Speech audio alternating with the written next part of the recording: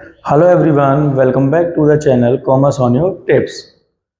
Last session जो English का हुआ था उसमें हमने आपको लास्ट लेसन ही नाम है चैप्टर का जो हमने आपको पढ़ाया था। आज जो है वो बात करते हैं नेक्स्ट चैप्टर की, और जो आपका नेक्स्ट चैप्टर है दैट इज लॉ स्प्रिंग। लॉ स्प्रिंग नाम से ही समझ में आता है, it is an story of an childhood. ये एक चाइल्डहुड की स्टोरी है और एक ये छोटे बच्चे की स्टोरी होती है। छोटा तो नहीं कह सकते हो कि बहुत छोटा हो। किस तरीके से आप देखते हो कि हमारे नेबरहुड में या हमारे आस पड़ोस में कई सारे ऐसे रैक पिकर्स होते हैं, मतलब जो कूड़ा वगैरह मतलब बीनते हैं या कूड़ा वगैरह जो है वो इकट्ठा करते हैं। और वो इसी आश में हमेशा कूड़ा वगैरह इकट्ठा करते हैं कि उन्हें कभी लगता है कि उन्हें कुछ ऐसा उस मतलब हीप से, उस डंप से ऐसा कुछ मिलेगा जिससे कि शायद उनकी जिंदगी बदल जाए। तो ऐसे ही लोगों में से जो है एक चैप्टर आज हम आपको पढ़ा रहे हैं जिस चैप्टर का नाम है लॉ स्प्रिंग। तो आइए देखते हैं इसको, जो कि लॉ Spring stories of stolen childhood. देखिए इधर पे लिखा हुआ है द लॉ Spring stories of stolen childhood. Stolen childhood का मतलब क्या? स्टोलन चाइल्डहुड का मतलब ये होता है कि जब एक बच्चा छोटा होता है तो उस टाइम पर उसको इतनी समझ भी नहीं होती है कि वो किस तरीके से आगे चल के पैसा अर्न करेगा। उसे पैसे की समझ नहीं होती है, उसे बस इतना पता होता है कि जब वो एक छोटा बच्चा होता है उसकी एजुकेशन होती है, उसको पढ़ाया जाता है, उसके ऊपर कोई रिस्पॉन्सिबिलिटीज नहीं होती हैं। लेकिन ये स्टोरी जो है वो हटके स्टोरी है, क्योंकि इसमें जो ऑर्डिनरी बच्चों के कंपैरिजन में जो और बच्चे होते हैं जिनकी स्टोरी आप इधर पढ़ोगे उसमें ये जो लाइन लिखी हुई ना, stories of stolen childhood. Stolen childhood का मतलब उनके बचपन में ही उनका जो है वो बचपन छीन लिया गया। अगर इसको हिंदी में बोलें तो आप ये बोल सकते हो कि उनके बचपन में ही उनका बचपन छीन लिया गया। तो that's why it is called stories of stolen childhood. तो बात करते हैं इसमें सबसे पहले चैप्टर स्केच की। तो चैप्टर स्केच देखिए, these extracts are taken from the author book लॉ स्प्रिंग। और ये जो चैप्टर है ये कहीं ना कहीं एक ऑथर की बुक है जिस बुक का ही नाम लॉ स्प्रिंग है, उससे लिया गया है। Stories of stolen childhood, this chapter consist of two parts. ये याद रखिएगा, जैसे कि आपने पढ़ा होगा कि ये जो आपका लॉ स्प्रिंग चैप्टर है, इस चैप्टर में आपके दो पार्ट हैं। दो पार्ट मतलब एक अलग अलग स्टोरी को डिफाइन करते हैं और दोनों की कंडीशंस ऑलमोस्ट आप कह सकते हो कि एक जैसी हैं। स्टोरीज अलग हो सकती है लेकिन कंडीशंस कहीं ना कहीं आपकी एक जैसी मैच करती हैं। जैसे देखिए, the first part containing the authors in hand expense with an India and second part describes the miserable condition of the bangle maker in Firozabad. मतलब ये दोनों ही कंडीशन जो है वो इंडिया की ही है, इंडिया से ही बिलोंग करती हैं। पहली कंडीशन क्या होती है? पहली कंडीशन में एक लड़का होता है, इसका नाम होता है साहिब आलम। साहिब आलम उसका नाम जरूर होता है लेकिन उसके जो काम होते हैं, जो वर्क होते हैं, वो बिल्कुल उसके नाम के अपोजिट होते हैं। तो ये जो है वो आपकी दो स्टोरीज इधर पे डिपिक्ट होंगी। एक जो है वो आपकी आउटस्कर्ट्स ऑफ द दिल्ली में है और दूसरी जो स्टोरी वो फिरोजाबाद में है। जैसे कि आपको पता है या ना पता हो तो हम आपको बता दें, Firozabad is a part, Firozabad एक ऐसी जगह है हमारी कंट्री में, इंडिया में, जहां पर बेंगल्स मेकिंग से लेके कांच का काम सबसे ज्यादा होता है। तो कुछ फैमिलीज की स्टोरी में से एक फैमिली की स्टोरी जो है ये सेकंड स्टोरी में डिपिक्ट है। तो आइए देखते हैं सबसे पहले चैप्टर स्केच के बाद अबाउट द कैरेक्टर्स। ध्यान से देखिएगा, दो मतलब अलग अलग स्टोरीज के अलग अलग कैरेक्टर हैं। एक स्टोरी का कैरेक्टर है साहिब। साहिब इसका पूरा नाम है साहिब आलम। तो साहिब क्या करता है? He is a rag picker. Rag picker का मतलब क्या होता है? जो कूड़ा वगैरह जो है वो मतलब कलेक्ट करते हैं उनको रेक पिकर्स बोलते हैं। फ्रॉम सीमापुरी। कहाँ से? सीमापुरी दिल्ली से। He has simple dreams, he believes in promises made to him. और वो उसके एक सिंपल ड्रीम्स हैं, वो उन्हीं प्रोमिसेस पर डिपेंड करता है जो उसने प्रोमिसेस अपने खुद से किए हों या जो प्रोमिसेस उसने किसी और से किसी और से उसे मतलब नहीं है, वो खुद में जीता है और जो भी काम करता है वो अपने अकॉर्डिंग करता है। तो देखिए मुकेश, एक दूसरी स्टोरी में जो है वो मुकेश होता है। मुकेश क्या कहता है? He is a boy belonging to a family of bangle maker in Firozabad. और जो मुकेश है, जो दूसरी स्टोरी आप पढ़ोगे उसमें मुकेश होता है। मुकेश क्या करता है? मुकेश जो है वो आप एक फैमिली है उसकी बेंगल मेकर्स की, उनसे जो है वो बिलोंग करता है। Dreams of breaking away from tradition and become a motor mechanic. और उसका क्या होता है? उसका जो है वो अपने जो उसके एंसेस्टर्स करते हुए आ रहे हैं बेंगल मेकिंग का काम, लेकिन उसकी बिल्कुल इच्छा नहीं है कि वो बेंगल मेकिंग का काम करे। जब उसकी उसकी बिल्कुल इच्छा नहीं है कि वो बेंगल मेकिंग का काम करे तो वो क्या कर रहा है? वो जो है ट्रेडिशन को छोड़ना चाहता है and he want to be a mechanic, या उसको जो है एक अच्छा मैकेनिक बनना है, कार का अच्छा मैकेनिक बनना है। तो देखिए द नैरेटर, नैरेटर कौन है? अनीस जंग। मतलब उन्होंने जो स्टोरी लिखी दैट इज अनीस जंग। ये क्या कहते हैं? ये क्या कहती हैं, she is a social worker who empathises with the slum dwellers and honestly portrays their fightable lifes. कहने का मतलब क्या है, ये मेनली जो लिखती हैं वो स्लम, स्लम का मतलब क्या है, जो आप कह सकते हो जो झुग्गी झोपड़ियों में लोग रहते हैं उनके बारे में जो है वो लिखती हैं। कौन? द नरेटर अनीस जंग, इनकी लिखी हुई स्टोरी है। तो देखिए सबसे पहला जो आपकी पहली स्टोरी स्टार्ट होती है, पहली स्टोरी क्या कहती है, sometimes I find I rupee in garbage Sahib the rack picker. और स्टार्टिंग कैसे हुई, समटाइम्स आई फाइंड अ रुपी, अगर किसी दिन आप कह सकते हो कि हीप ऑफ डस्ट में से या हीप ऑफ आप कह सकते हो कूड़े करकट में से कुछ भी अगर 1 रुपए भी मिल जाता है तो ऐसा लगता था कि हमें जो है क्या मिल गया, हमें जो है एक तरीके को मानता था एक खजाना मिल गया। तो इस तरीके से क्या होता है, स्टार्टिंग ही किससे हुई, समटाइम्स आई फाइंड आ रुपी। आ रुपी का मतलब 1 रुपए भी मिलना उनके लिए क्या था, उनके लिए एक सोने से बराबर, सोने के कंपैरिजन में या सोने के बराबर ही जो है वो था। अब देखिए, every morning the author meet Saheb. अब ऑथर अपना खुद का इंटरेक्शन बता रहा है, what author encounter with Saheb, जिस तरीके से ऑथर जो है वो किस तरीके से एनकाउंटर करते थे साहिब आलम से। तो देखिएगा ध्यान से। तो इसमें क्या लगा, every morning the author meet Saheb, हर मॉर्निंग में क्या होता है, एक ऑथर जो है वो साहिब से मिलता है।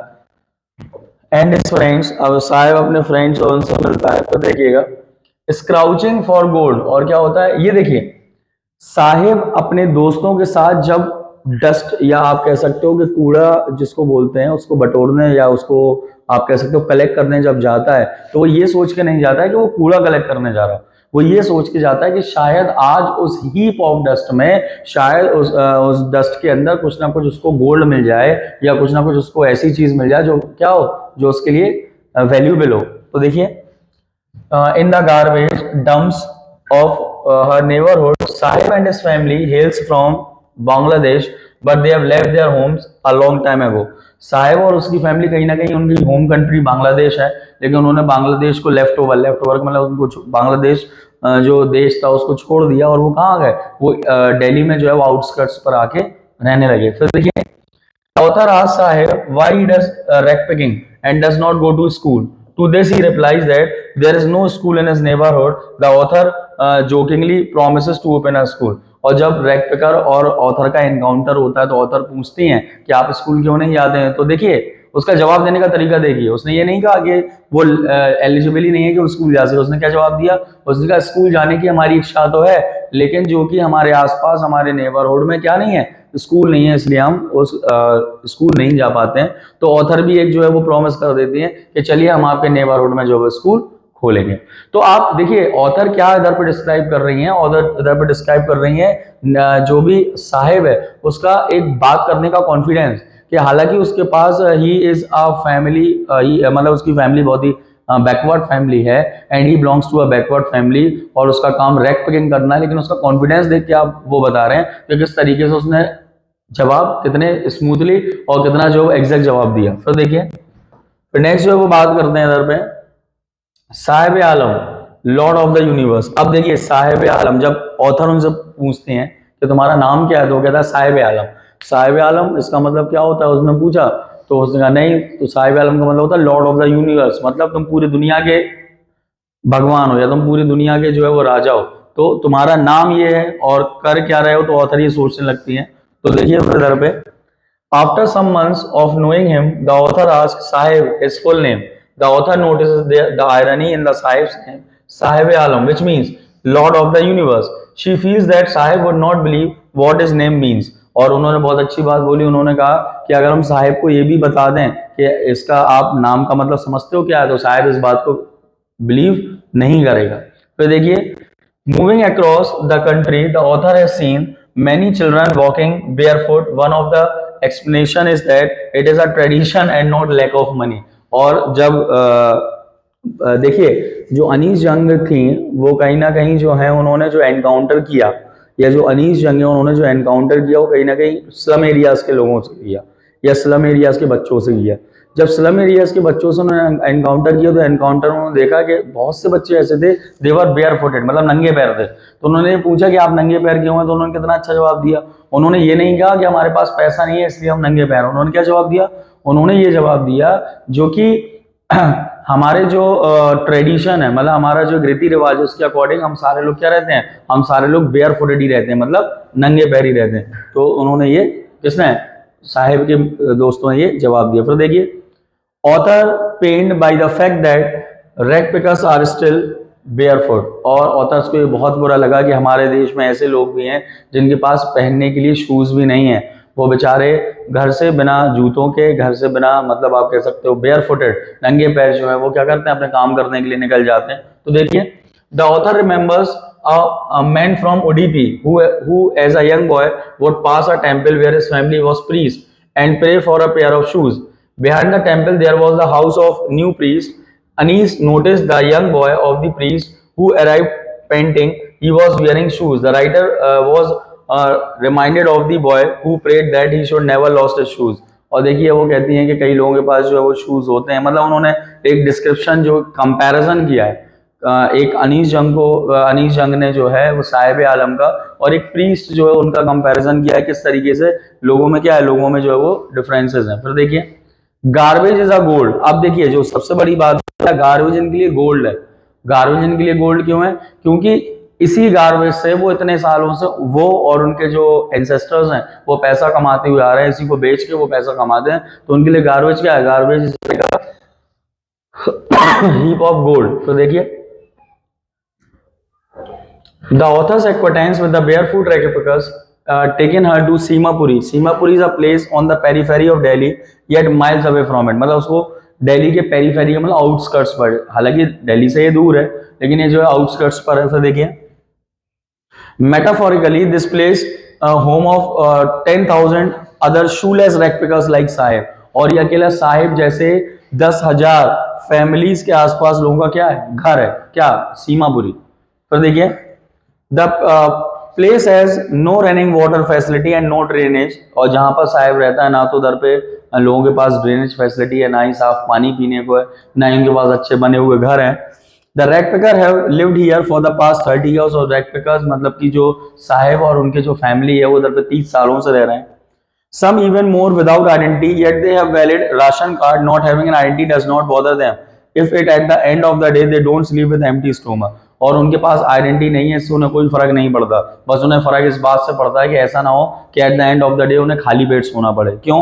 अगर उनको सही से जो भी वो रैक पिकिंग करते हैं, अगर उनको सही से ये सारी चीज़ें नहीं मिली तो कहीं ना कहीं उनके पास पैसा नहीं आएगा, उनके पास इतना भी पैसा नहीं होगा कि वो अपना पेट भी भर सकें। तो देखिए, they would once lived in the beautiful land of green field and rivers, are now compelled to pitch their tents whereas they the tin food। मतलब एक टाइम ऐसा था कि वो लोग जो है ग्रीन फील्ड्स में रहते थे, मतलब बहुत अच्छी जगह पर रहते थे, लेकिन कहीं ना कहीं ऐसी सरकमस्टांसेस के कारण, कहीं ना कहीं ऐसे रीजंस के कारण क्या हुआ, उनकी जो फैमिली है वो क्या हो गई, जो आपकी, आप कह सकते हो कि जो साहिब आलम की फैमिली है वो इधर आके शिफ्ट हो गई, जहाँ पर टीन या आप कह सकते तारप्लिन, तारप्लिन मतलब जो पॉलीथिन वगैरह होती है, प्लास्टिक की पॉलीथिन से जो उनके घर क्या है बने हुए हैं। फिर देखिए, over the years rag picking has become an art, garbage is gold to these rag picker. और ओवर द ईयर क्या हुआ, rag picking has become an art, rag picking मतलब उनकी कला हो चुकी है। अब ये इतने मतलब आप कह सकते हो इतनी श्योरिटी के साथ उसमें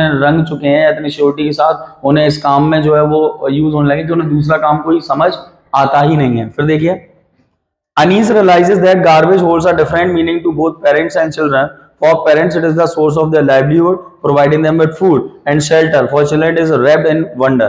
और क्या होता है ये दो, मतलब देखिए, पेरेंट्स के लिए कहीं ना कहीं ये आस है कि आप रैक पैकिंग करेंगे तो पैसा आएगा, और पैसा आएगा तो हम जो है अपनी लाइवलीहुड चला सकते हैं। जबकि बच्चों के लिए क्या है, बच्चों के लिए वंडर्स लिखा है ना, कि बच्चों के लिए क्या है, wrapped in wonders. Wrapped in wonder का मतलब बच्चों को ये पता ही नहीं है कि वो जो रैक पैकिंग कर रहे हैं जिसमें उन्हें आज मजा आ रहा है, ये आगे चल के उनको क्या करेगा, आगे चल के कहीं ना कहीं उनको दिक्कत करेगा। लेकिन ये उनकी मजबूरी है, क्योंकि उनके पास कोई और दूसरा सोर्स ऑफ इनकम नहीं है, या वो कोई और दूसरी चीज जानते ही नहीं है, कुछ काम करना उन्होंने सीखा ही नहीं है। फिर देखिए, फिर बात करते हैं गार्बेज इज गोल्ड का law spring. One winter morning, अब देखिए, जब एनकाउंटर होता है तो एनकाउंटर किसका होता है, एक विंटर मॉर्निंग में क्या होता है, एक विंटर मॉर्निंग सर्दी का समय था। अनीस जंग क्या कहते हैं, कहती हैं, one winter morning the author sees Saheb outside the fenced gate of the neighbourhood, he was watching a game of tennis. और वो देखती है कि फेंसिंग एक ताल लगा हुआ था, उसके बाहर एक टेनिस, मतलब उसके अंदर टेनिस का मैच चल रहा था, और साहिब जो है वो बाहर खड़े हुए टेनिस का मैच देख रहा था। तो देखिए क्या होता है, Saheb seems to fascinated by the game, he tells that sometimes the guard let him in and then he can ride the swing. और वो एकदम से जब ऑथर उसको मिलती है तो वो कहता है कभी कभी गार्ड जो है, जो इधर का गार्ड है, वो मुझे अंदर जाने देता है और मैं झूला झूल लेता हूँ, लेकिन ये जब ही जाने देता है जब उस जगह पर कोई नहीं होता। तो वो इसी आस के कारण या इसी आप कह सकते हो मतलब कि एक पर्टिकुलर आप बोल सकते हो कि वो खड़ा हुआ, उसे लग रहा है कि शायद मैच खत्म होगा, लोग जाएंगे तो उसको अंदर जाने दिया जाएगा। तो देखिए, then he can ride the swing. The author notices that Saib was wearing a tennis shoes. Saib tells that someone gave them to him. The fact that some rich boy discarded the shoes because there was a hole in one of them does not bother him. और जब साहिब के shoes देखे तो मैंने कहा अरे ये shoes तो मैंने कहा मुझे गिफ्ट में मिले हैं, और हालांकि किसी रिच पर्सन के वो शूज थे जिसको शायद शूज में कुछ डिफेक्ट होने के कारण उसने वो हटा दिए थे, और साहिब ने उनको पहन के साहिब खुश था, अ पेयर ऑफ शूज को। फिर देखिए, फिर बात करते हैं Saheb no longer is own master. अब क्या हुआ, अब देखिए डिफरेंस साहिब की लाइफ में क्या आया। साहिब अभी खुद का ओन मास्टर था, उसे जब रैक पिकिंग करना था वो रैक पिकिंग करता था, उसे जहां खेलना था वो खेल सकता था, लेकिन now Sahib was not his own master. Not his own master का मतलब साहिब अब खुद का ओन मास्टर नहीं था। क्यों? क्योंकि साहिब कहीं ना कहीं किसी के अंडर में काम करने लगा। तो देखिए ये है, Saheb no longer is own master one morning. अब एक सुबह क्या हुआ, the author sees Saheb on his way to the milk booth, और ऑथर जो है अपने रास्ते में मिल्क बूथ पर देखता है, he is carrying a steel canister, और एक वो स्टील का कैनिस्टर लिए हुए। He informs the author that now he works at the tea stall and is paid 800 and all his meal. और साहिब कहता है कि अब मैं जो है एक मिल्क बूथ पर काम करने लगा हूँ, जहां पर मैं स्टील में कंटेनर मिल्क लेके देने जाता हूँ, मुझे 800 रुपए और मील मतलब खाना मिलता है। तो फिर उसके बाद देखिए ऑथर क्या कहता है, but the author feels that Sahib is not happy, his face has lost his carefree look, the steel canister seems heavy. अब देखिए ऑथर किस तरीके से कंपेयर करता है। ऑथर कहता है हालांकि उसको रैक पैकिंग से ज्यादा पैसा मिलता था, उसको रैक पैकिंग से ज्यादा जो पैसा था वो कहीं ना कहीं जो है वो किसमें मिलता था, कैनिस्टर मिला, लेकिन अब कहीं ना कहीं साहिब के जो चेहरे पर केयर फ्री नहीं था, कि वो एकदम इंडिपेंडेंट अब नहीं बचा था। शायद ऑथर ने जो कंपेयर किया, ऑथर ने कहा कि जो एक रैक पैकिंग का जो आप कह सकते हो लिखा है ना इधर पे देखिए कि steel canister seems heavier than the plastic bag. जो स्टील कैनिस्टर है वो ज्यादा हैवियर दिखता है, मतलब एक्चुअल में हैवियर नहीं है, वो ज्यादा हैवियर इसलिए क्योंकि उस स्टील कैनिस्टर का मतलब उसके ऊपर रिस्पॉन्सिबिलिटी ज्यादा आ गई थी, तो it seems much heavier than a plastic bag. Plastic bag से ज्यादा वो ज्यादा हैवियर दिखता है। तो देखिए the bag was his but the canister belongs to the owner. अब देखिए क्या डिफरेंस बताया, वो प्लास्टिक का बैग उसका था, वो जब चाहे जब उस प्लास्टिक के बैग को भारी कर सकता था, उसको हल्का कर सकता था, लेकिन वजह क्या थी, the bag was his but the canister belongs to the owner. लेकिन जो कैनिस्टर था वो किसका था, वो ओनर का था। ओनर मतलब समझते हो, जो कैनिस्टर था वो ओनर का था, ओनर मतलब जिसके अंडर में वो काम करता था। Of the tea stall Saheb is no longer is own master. अब साहिब जो है वो खुद का मास्टर नहीं बचा। ठीक है, तो ये क्या था, ये लॉ स्प्रिंग का जो है वो आपका फर्स्ट पार्ट है। ठीक है, तो ये लॉ स्प्रिंग का क्या हुआ, लॉ स्प्रिंग का आपका फर्स्ट पार्ट हुआ। नाउ ये जो है वो क्या है, ये साहिब का जो है वो आपका फर्स्ट पार्ट हो गया। ठीक है, तो ये फर्स्ट पार्ट का मतलब समझ में आया, तो ये फर्स्ट पार्ट। अब सेकंड पार्ट हम करेंगे नेक्स्ट सेशन में कंटिन्यू। ओके।